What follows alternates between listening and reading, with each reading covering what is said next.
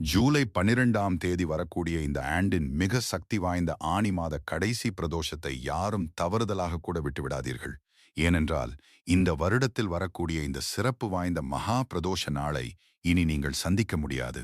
இந்த அபூர்வமான நாளில் எம்பெருமான் ஈசனின் முழு அருளையும் பெற நீங்கள் 4 முக்கிய நேரங்களில் சிவ வழிபாடு செய்ய வேண்டும். முதலாவதாக, அதிகாலை பிரம்ம முகூர்த்தமான 4:30 முதல் 6 மணிக்குள் எழுந்து சுத்தமாக நீராடி சிவனை மனதில் தியானிக்க வேண்டும்.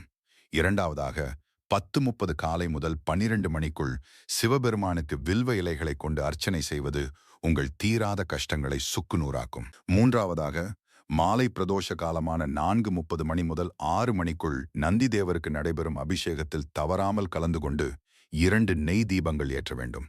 நான்காவதாக, 8 அந்தி மாலை மணிக்கு மேல் உங்கள் வீட்டு பூஜை அறையில் அமர்ந்து ஓம் நமசிவாய என்ற பஞ்சாட்சர மந்திரத்தை 108 முறை உச்சரிக்க வேண்டும். இந்த வருடத்தின் கடைசி ஆணி பிரதோஷ நாளில் இந்த 4 நேரங்களிலும் சிவனையும் நந்தியையும் மனமுருகி வழிபட்டால் உங்கள் கர்ம வினைகள் அனைத்தும் நீங்கி வாழ்வில் மாபெரும் வெற்றி தேடி வரும். இதுபோன்ற பயனுள்ள ஆன்மீக தகவல்களை உடனுக்குடன் தெரிந்து கொள்ள மறக்காமல் சப்ஸ்கிரைப் செய்து இந்த வீடியோவிற்கு ஒரு லைக் கொடுத்து விடுங்கள். ஓம் நமசிவாய.